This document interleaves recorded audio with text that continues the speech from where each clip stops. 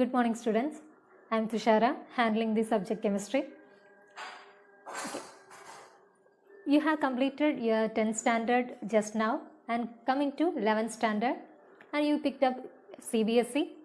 Whether CBSE or state, that's NCERT textbook is common all over India, and you have a prescribed syllabus also.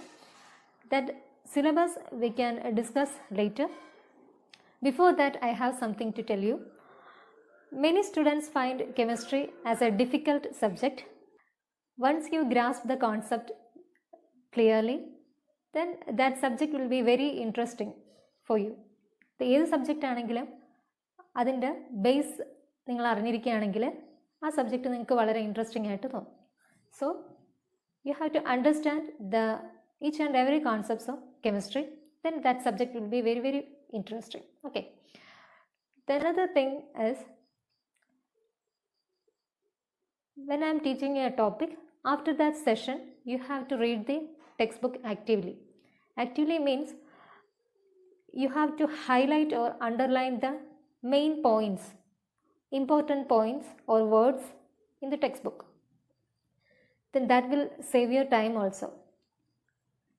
Next time when you study, you must read the highlighted points only. Then you can save your time. Okay. Then another thing is, when I am teaching a topic and I am giving you a question, a numerical from a topic, what you have to do?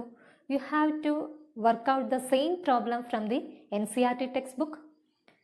At the same time, you should collect the previous question papers and work out questions from that. Work out more previous question paper. Then you will get a grip on each and every topic. That will be very helpful for attending the competitive exams like JEE and NEET. So work out previous questions, work out reasoning questions, multiple choice questions, numericals. Okay. So these are the main things you have to remember. I expect all you to take a notebook. In the first page you write the name of 14 chapters. Then study on daily basis, revise all the topics daily because chemistry is such a volatile subject. Remember all the points which I have told you. Then I want all the students, all the class 11 students, smile and say chemistry is the easiest subject. So all the best from my side. Feel free to ask doubt. I will try to do 100% and I expect the same from your side. So all the best. NCERT chemistry textbook presented in 2 parts and there are total 14 units. NCERT syllabus 2020-21 picked up from the official website of CBSE, cbse.nic.in. First chapter, basic concepts of chemistry. Second, structure of atom. Third, classification of elements and periodicity in properties. Fourth, chemical bonding and molecular structure. Fifth, states of matter. Sixth, chemical thermodynamics. Seventh, equilibrium. These 7 chapters included in the part 1 textbook. 8th, redox reaction. 9th, hydrogen. 10th, S block elements. 11th, some P block elements. 12th, organic chemistry, some basic principles and techniques. 13th, hydrocarbons. 14th, environment chemistry. Last 7 chapters included in the part 2 textbook. From the syllabus you will get an idea about the mark division also. Theory total 70 marks, practical 30 marks, altogether 100 marks for chemistry. Let's start the first chapter, basic concepts of chemistry. These topics are the base for your NEET and JEE exams. Today you are going to learn about nature of matter and its classification. You are already familiar with the term matter. Everything around us, for example book, pen, pencil, water, air, all living beings etc. are composed of matter. So we can say that matter is anything that occupies space and has mass and can felt by our senses. So solids, liquids, gases and plasma, these are the physical states most people know. Bose-Einstein condensate and quark gluon plasma, these are some other states of matter. Let's see the characteristics of solids, liquids and gases. In solids, the particles are held together in an orderly fashion and the intermolecular force of attraction is very strong. Hence, the particles do not have much freedom of movement. They have definite volume and definite shape. In liquid state, the particles are loosely held together and can therefore move around. The intermolecular force of attraction is smaller than that in solid. They have definite volume but no definite shape. They take the shape of container in which they are placed. In gaseous state, the particles are far apart as compared with those of liquid state and solid state, so their movement is easy and fast. They have no definite volume and no definite shape. They occupy the available space of the container in which they are placed. These three states of matter are interconvertible by changing the conditions of temperature and pressure. For example, on heating, solid changes to liquid. Liquid on further heating changes to gaseous state at normal atmospheric pressure.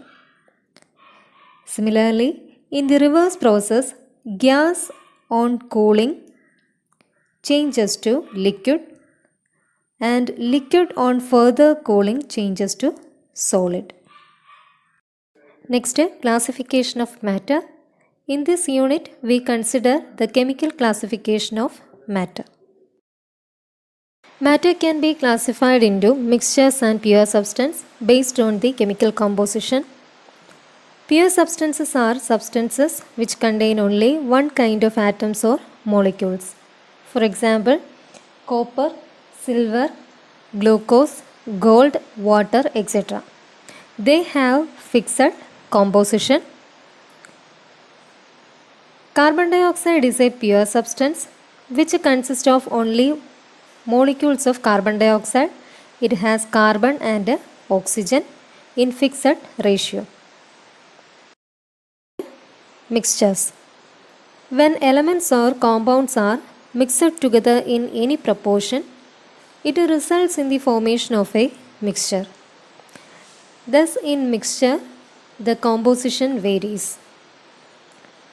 For example, seawater consists of varied amount of salt and water.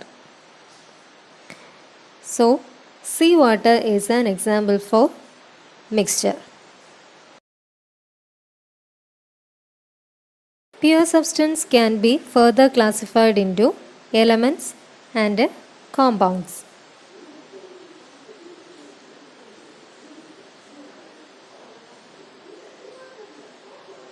Elements are substances which consist of only one kind of atoms. For example, sodium, copper, silver, hydrogen, oxygen, etc. They all contain atoms of one type. It cannot be further separated into its constituents by physical or chemical methods. In some cases, two or more atoms combine to give molecules of the element. Thus, oxygen gas consists of molecules in which two oxygen atoms combine to give oxygen molecule. Compounds. When two or more atoms of different elements combined in a fixed proportion forms a compound. For example, ammonia, water, carbon dioxide, etc. Compounds cannot be separated into its constituents by physical method but can be separated by chemical methods. You can see that the water molecule comprises two hydrogen atoms and one oxygen atom. Water can be separated into its constituents hydrogen and oxygen by electrolysis.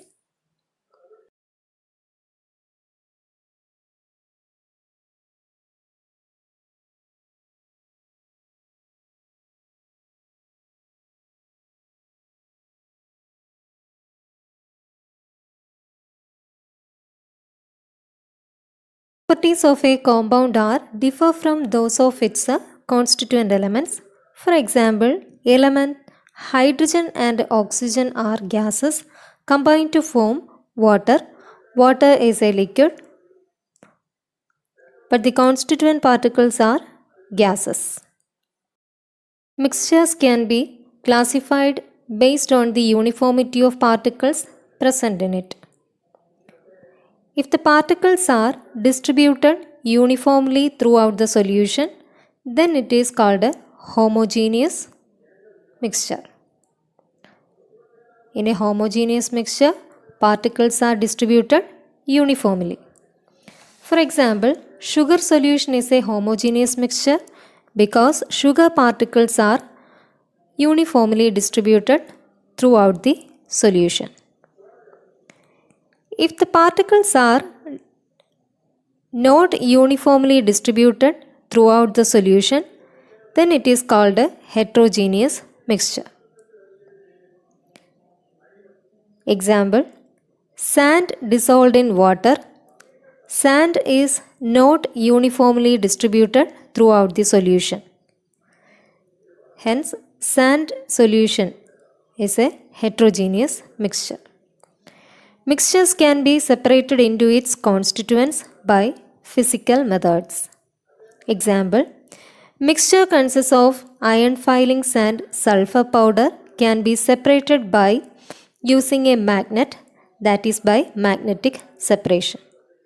As we learned that matter is anything that has mass and occupies space, every substance is made of matter and has unique properties. We can classify the properties as physical properties and chemical properties.